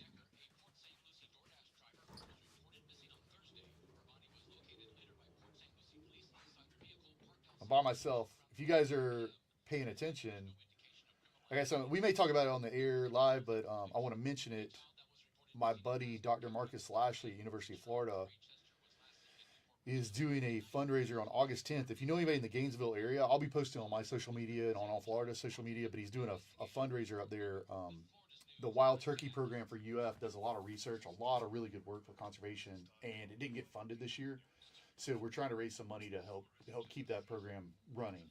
So that's on August 10th. They're doing a fundraiser at a brewery, and then on the 23rd they're doing an actual banquet and stuff. So I'm sure we got a lot of gator connections in here, and a lot of folks that care about hunting, fishing, wild places. It's good for land, it's good for water, it's good for everything. The research that he's doing. So we really want to make sure we can keep that stuff funded and rolling up there. So like I said, I'll post that stuff. Maybe I can come back and drop it in the comments too. But that's at UF, and it's the UF Game Lab, which is like turkeys and deer and wildlife ecology, and it's a program that's near and dear to my heart. So you guys check that out, and if you can, like I say, if you know somebody in that area, the first one's at a brewery. It'll be kind of like an OCC type night, like show up and hang out. The second one will be a banquet. You looking at the awards? Yeah, I was like, what is that? I was telling them about a thing that we're doing, a fundraiser in Gainesville. So anybody that's got a Gainesville connection, I'm going to drop it in the comments at some point. Gainesville. It's for the Wild Turkey Program at UF. Oh, cool. It didn't get funded in the legislature. Nice. So we're trying to help them raise some money. Stacy said, don't forget about the Merritt Island panther. What's that story? Oh, my gosh. Let's hear it. Merritt Island has a birding group. Mm-hmm. And it's great if you're a duck hunter because they basically do the scouting for you. Nice. So, that's what we need to create is a fish watching group. So they can tell you where the snook are? Yeah. But that birding group will post stuff out there. But there's this lady out there that is determined she saw a panther on Merritt Island. I'm like, you didn't see a panther on Merritt Island. Merritt Island's way northeast Florida, right? It's like Cape Canaveral. I mean, it's Florida. I guess anything is possible. There's been bears in downtown Tampa before and stuff. Mm-hmm. But you didn't see a panther on Merritt Island. What about the black bear climbing that thing on I-4? Did you see that? Yeah, exactly. That was crazy. The same lady that posted the panther, though, posted earlier, she's like, this poor duck is hurt, and it was in the mangrove roots, and it was a decoy. It was a decoy. You could see the keel on the bottom of the decoy. It was clearly made of plastic, and she was like, I'm not sure what this is. I think it's an injured teal. Can someone go get it? And it was a plastic decoy. Same lady that insists she saw the panther. Makes you question. Yeah, things. so I've got some thoughts there. Oh my gosh. I live in Spring Hill. I've had a panther in my pine tree staring at my chicken coop. Love it. That's crazy. Panthers will clean out a chicken coop. Yeah. Coyotes might be kept out of your chicken coop with some predator deterrence, but a panther's going to get through it. Yeah. That's the other thing people don't realize how If I strong lost they are. all my chickens to a panther, I would not be upset as long as I had good security camera footage of such event. Because that's going to go viral on YouTube. But if I didn't have security camera footage of it, it would be frustrating. Mike Perry has banned me from Monroe County. Can he do that? Is he allowed to do that? I don't think so. I'm going to say no. Because of my cheap shots I took at fly fishing. I've never seen Mike Perry fly fish a day in my life. I know, but he's in the Keys, and you got to pretend like you fly fish if you're in the Keys. You got to put on. Yeah, you got to be like, oh, man, I wish I had my fly rod with me. You don't even own a fly rod, but you got to say that periodically. It's part of the license. Oh, man, if I had my fly rod, we'd be crushing them on the fly right now.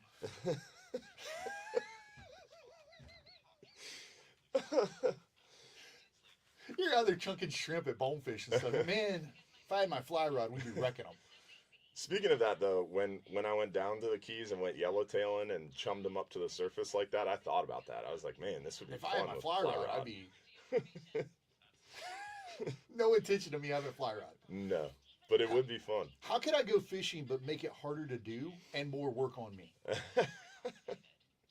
I remember when I used to guide, I would guide fly guys for tarpon. Uh-huh. So this is not fun. This is not going to be a fun day. It'll be fun for me.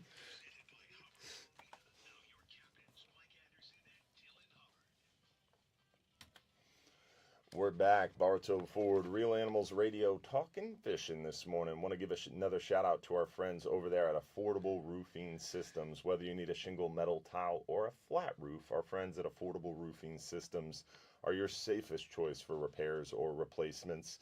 With 3 decades of roofing experience, let Affordable Roofing Systems guide you through that important process. They are defined by integrity, respect, and honesty, and they have a professional approach to doing business. Call 888-397-ROOF for your free estimate or visit them online at affordableroofingflorida.com. Well, and second half of the show here, getting close to the end, and looking forward to a gag grouper season coming up. Yes, sir. We got 2 weeks announced, and they talked in April. The council did and requested a 1 fish per person bag limit, so a reduction of 50% to the bag limit. And they requested that, and NOAA has made it known that it is not going to be able to be put in place. So we'll have 2 fish per person for 14 days, September 1st through 14th. So exciting times ahead. You're ready. Yeah. A little frustrating. We're launching a full video on our Hubbard's Marina YouTube to kind of dive deep on the whole thing. While it's frustrating, we have 14 days. The positive news is early indications showed 6 to 10 days. So a little more positive than early indications showed. And they asked for 1 fish. We're getting 2. So 2 positive things there to try to focus on. And let me say something that dovetails into this, okay? All right. You know me, I work in conservation policy a lot. I'm up and down, like working hard on stuff. Mm-hmm. I don't know how you do federal policy stuff. Like I don't know how you don't drink yourself like constantly, because it's so complex and so in conservation world, people always want to say you've got a problem. Mm-hmm. I'll make this up. Redfish are closed. Mm-hmm. I want redfish open so I can keep redfish. There's plenty of redfish. That's a nuanced issue, right? Like you got to get really into the weeds, different areas, different populations. When you get offshore and you get into federal fisheries, it's like the nuance level goes from here to here. And if you're on the radio listening, like I'm holding my hand way over my head, like kudos to you guys, because I don't know how you do it. Like I work on hard stuff and I work in nuanced stuff, but like federal fisheries, like you, Martha, the people I know that are in those rooms that are like there week after year after, like it's relentless. And it's so slow, so unbearably slow. It's yeah. Like how do you not just give up? 10 years before anything really moves on these bigger issues. Yep. And it's incredibly frustrating. Whereas FWC, it's like lightning fast. And even people say that FWC is slow. Exactly. That's what I'm saying. Like I can move something in 2 to 5 years at FWC. Lightning fast. Like, and I'm watching you guys, and it's like y'all are talking about stuff that's going to happen 3 years, 5 years, 10 years down the road. Yeah. And you're having to be strategic about it. Yeah, we're going to make this change because it's going to lead to that change. That's going to lead to that change, which is what we ultimately want. And that charter data collection is a good example. I mean, that was 10 years in the making, over 10 years in the making. And they stood it up, and the program got shut down because of a lawsuit. And now we're working to reestablish it. So, I mean, hopefully we'll have that in place here soon, and it will be 15 years that we've been working on charter data collection. Which is, I will say this, we probably don't have a lot of East Coast listeners, but today's East Coast red snapper. 2 days. 2 days, like complete joke. And people are frustrated about that. And they yell about FWC and they yell about commissioners and they yell about, people are working on trying to fix this. Like they really are. How long ago did you guys start working on Gulf Red Snapper for state management? That's the thing about East Coast. A lot of people screaming about East Coast fisheries. What's comical to me in the background, looking at it from afar, the 100,000-foot view. Yeah. It's like the South Atlantic is dealing with stuff the Gulf dealt with 10, 12, 15 years 20 ago. years ago. Yeah. It's like the South Atlantic is a decade or 2 behind where the Gulf was. And I don't know why that is specifically, but it is very interesting. The South Atlantic folks call and like, hey, how did you guys deal with this? And we have these conversations. So it's interesting to see how it evolves. It's hard to say be patient because it feels like nothing's happening. But I will say be patient on a lot of these issues. Be patient because they will happen. And even the people that are decision makers for the most part want them to happen. I mean, Exactly. they want more fishing for more people, more opportunity, more take. Mm-hmm. They get it. Yeah. Economics, they get it. And even people around the council, like a lot of people get upset about council members, just like they get upset about FWC commissioners. And what a lot of people don't realize is in the Gulf, out of 17 voting members, 9 of them represent the private recreational interests. Yep. So it is overwhelmingly a majority of the private rec right now on the Gulf Council. And that hasn't always been the case. So it's interesting to see how things evolve and how they will evolve as we move forward. Yeah, just it's okay to be strong. I encourage people to show up and stand up, like speak your voice, speak your mind, but also remember these are big, hard, hairy problems that they're like turning a aircraft carrier. Mm-hmm. It's not you just turn it and you go. No, there's no agility to it, and I know that because turning FWC is like turning a battleship. Yeah. And it's really frustrating because of the federal process and the laws that are in place. It makes everything excruciatingly slow, and the delays are really frustrating. Like we're dealing with gags. I mean, right now we're being managed for gags in 2025 based on 2019 science. The good news is there's a stock assessment coming up in 2026 for gags. The frustrating part is that stock assessment in 2026 will probably use data from like 2024. Exactly. And it will probably be 2027 or 2028 until they actually implement that science into management. So it'll be 2027 or 2028, and we're going to be managing on 2024 data. Yep. It's really, really frustrating. But we do have these interim analysis updates that are helping, and they're like kind of stock assessment light updates. And they use the camera arrays and fisheries independent science, and AI is potentially being piloted right now to really improve and speed up that it's gonna process. Be amazing.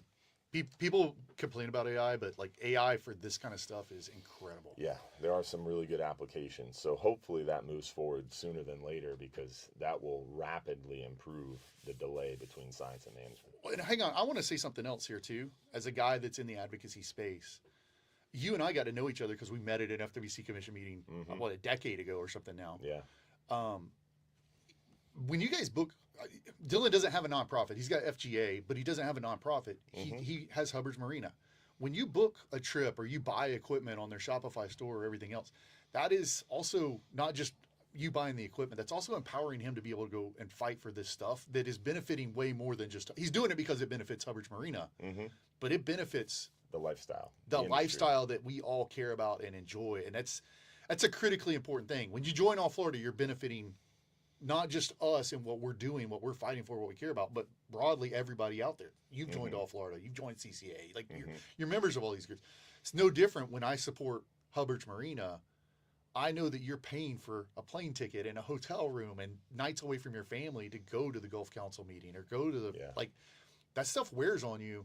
And it's an important thing to say. Dylan's not going to say it that way, but I'm going to say it. Like, this guy's out there fighting for this stuff. Like, make sure you're supporting Hubbard's Marina, support the restaurant, support all the stuff, because that's what's enabling him to go do this stuff to ensure, yes, that his business is successful, but also that we get to go fish on Saturday mornings. It all wraps together. That's oh, for my sure. gosh. It's for the greater good. Rising tide floats all boats. Yeah, yeah. In unity, we all succeed, right? Yep. So forgive me for the soapbox there for a second, but it needs to be said. And these folks listen. They're fans, right? They're in, but be evangelists out there for Hubbard's Marina. Like that's what we need. I appreciate it, brother. And speaking of, we've got an event coming up July 22nd. Remember, every fourth Tuesday of the month we have our OCC Roadhouse event. And July 22nd, we're going to have Captain Glenn Taylor join us. Oh. Yeah, we've got That's a good one. Speaker. I'm excited because now I can sit back and relax and enjoy all the great food that OCC Roadhouse has to offer. So I'm going to be filling myself up while Captain Glenn Taylor takes all the questions this go round. Awesome. Yeah, he's a great offshore captain. Yeah. And nearshore captain. I've met Glenn. I don't know him. He is like the savant when it comes to blackfin tuna, the kind of nearshore, offshore pelagic game, and also light tackle mangrove snapper, yellowtailing. So I'm excited because it's a different style of fishing than we do at Hubbard's. He does a lot of like anchor up, chum up to the surface type stuff, does a lot of jig head style fishing. So it's definitely a unique thing that he'll be discussing and diving deep into. Love it. I haven't made it to the OCC Roadhouse yet, but it's been on my calendar both times. I've just been out of town both times. It's a beautiful place, man. Great food, great drinks. It's a good time. We give away we give away 2 Bull Bay rods, Engel coolers. We give away real animals and Hubbard's Marina swag. So join us July 22nd, 7 to 9 p.m. Again, myself, Capt Mike Anderson, and Capt Glenn Taylor, and hopefully Mike Mahoney as well. Oh, yeah, dude, you're breaking out everybody here. Yeah, it's a full crew over there. It's a good time. That's awesome. Yeah, I know Stacy Whittam from Delta. They went, I think, to the first one. I think Bobby came over to one. He and I were going to try to ride together to one, and I didn't make it back to town in time. But anyway, fun. It looks like an incredible event. I'm jealous of it, and I'm going to show up at one of these days. Yeah, man. I'm looking forward to it. So, legislative session. You've been super involved. You went to Tallahassee. What'd you say? 7 times? 7 times in 12 weeks. Wow. That's crazy. What was an update? Give us some info from this recent session. Good and bad. I mean, it's always good and bad. People hang up on one bill and they're like, "Oh, this is the worst thing that's ever gonna happen to the state." I'm like, "It's a bill. We can change it next time if we need to." Like, I don't live and die with that stuff. But all in all, it was a good session. I think we pushed so hard between the Doge talk and everything else. We pushed so hard on fiscal responsibility, which is an important thing to me as a taxpayer. Yep. But I think we made some cuts that we may have to correct in the future.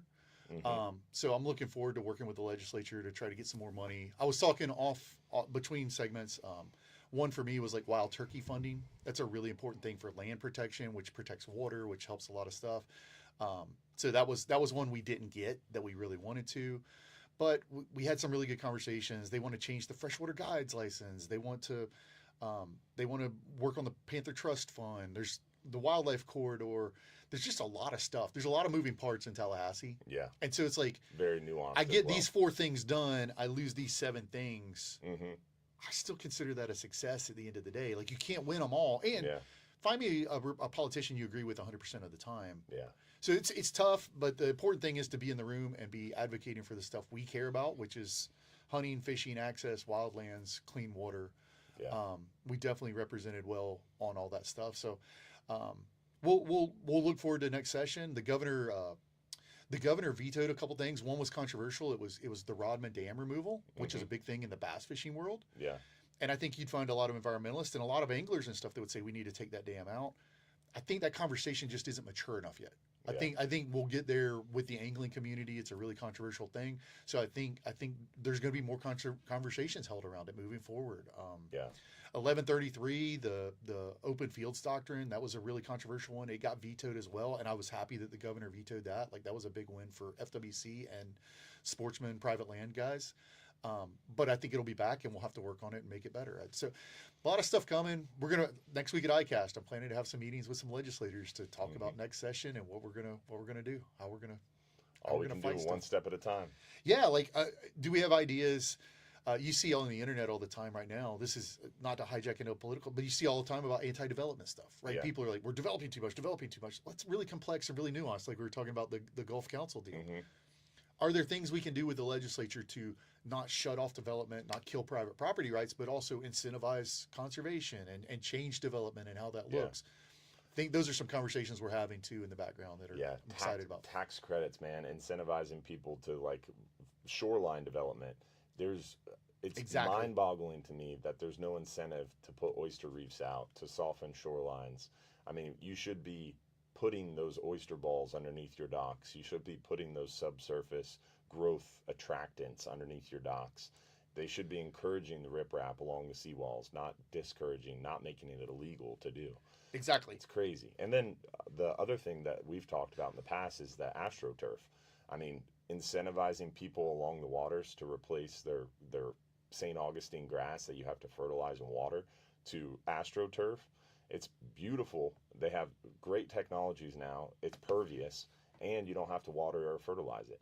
And if you were incentivized to do that, man. Huge. Yeah. Two quick things. We're on the break, but 2 quick things. The governor signed the state parks bill, SB 80. Huge win that we worked on. And we stopped Apalachicola oil drilling. Yeah. Huge win if you're a fisheries guy on the West Coast. So it was a good session. FGA board member. Big shout out to him. TJ Saunders was very involved in that. Yeah, that was awesome. Stopping oil drilling in the Apalachicola Bay was a big one. Yeah. Absolutely. Awesome stuff. We got more on the other side. Our last segment coming up, Real Animals Radio. Don't go anywhere.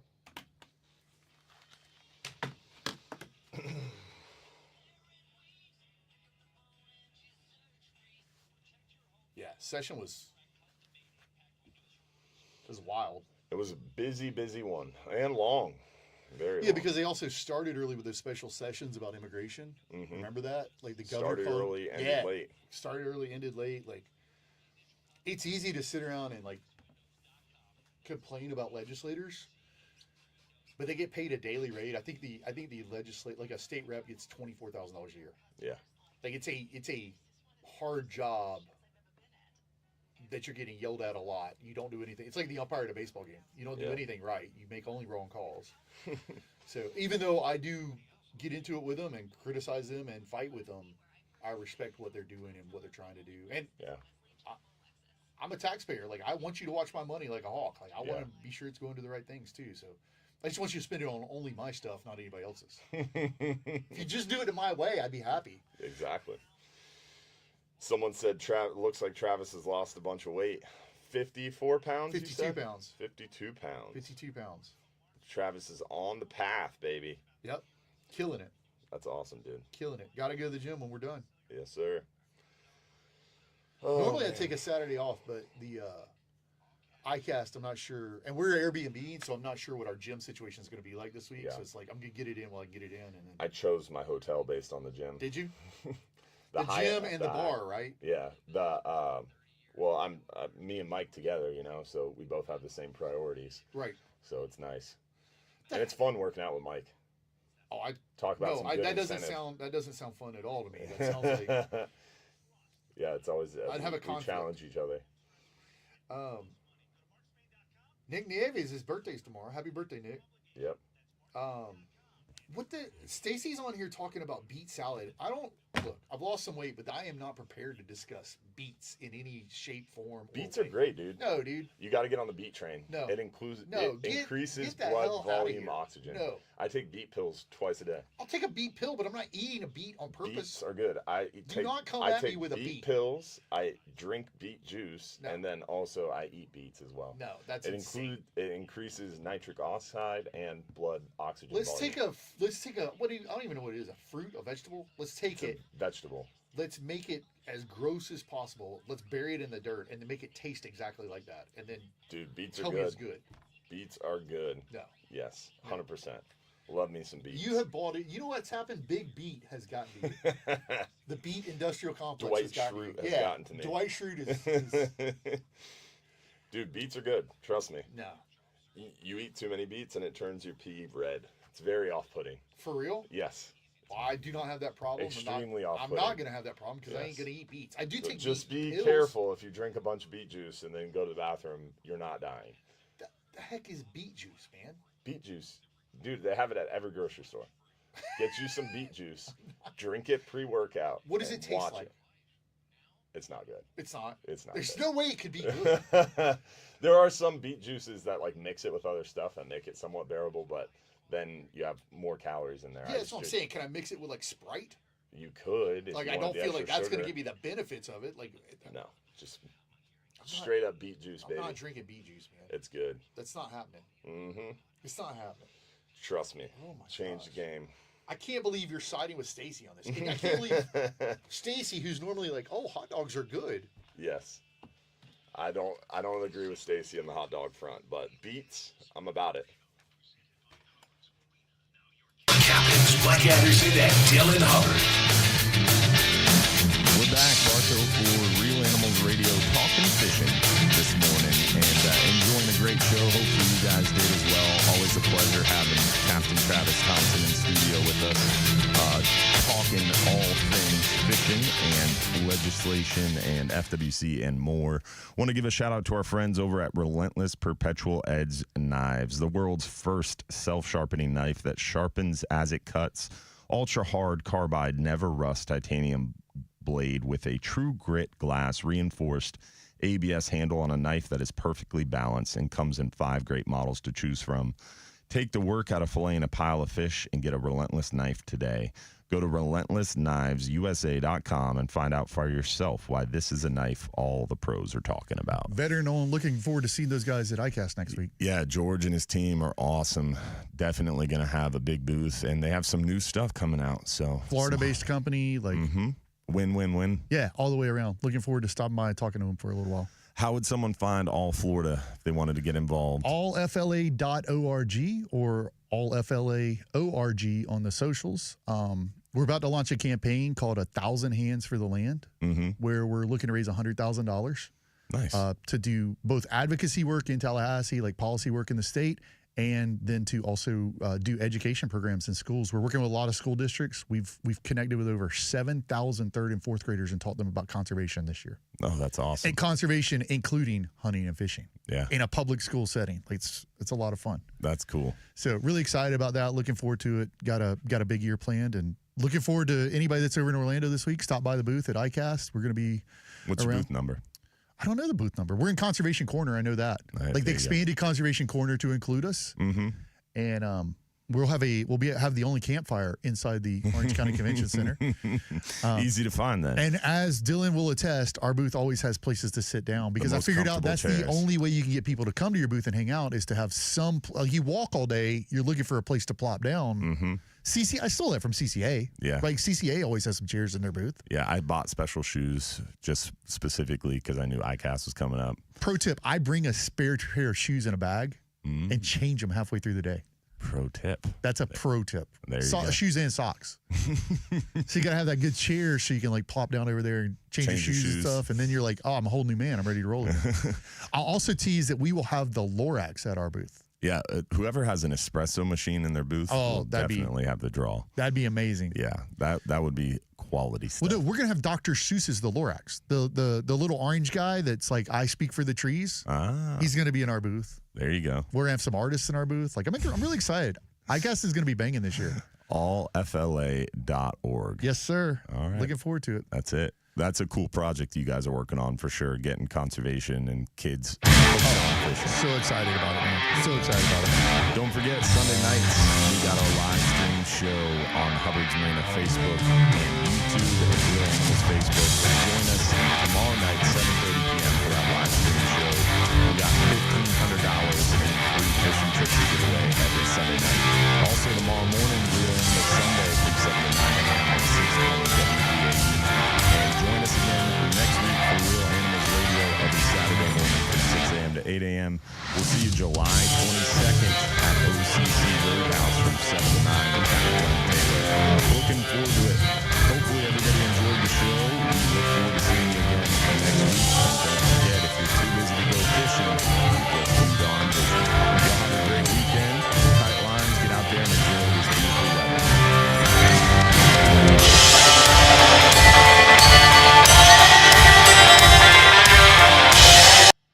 Appreciate you guys for tuning in and hanging out. Hopefully you guys enjoyed the show. Hopefully we'll see you again next week. They were really sweet to me in the comments. I just want to point that out.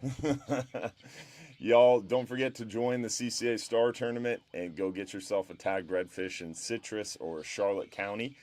And what percentage do we get of something they win? I feel like we need at least a couple free trips in their brand new boats. Yeah, like you get a brand new boat, we get a free trip, or you call in and you drop us a spot. Yeah. Don't forget to check out West Shore Pizza in Oldsmar. The Double Branch Park. As I hear, the steak and cheese and the redfish and snook are the way to go. Y'all have a great weekend. Thanks for being a part of our Real Animals family. We'll see you again next week, y'all. That's the funniest thing that's ever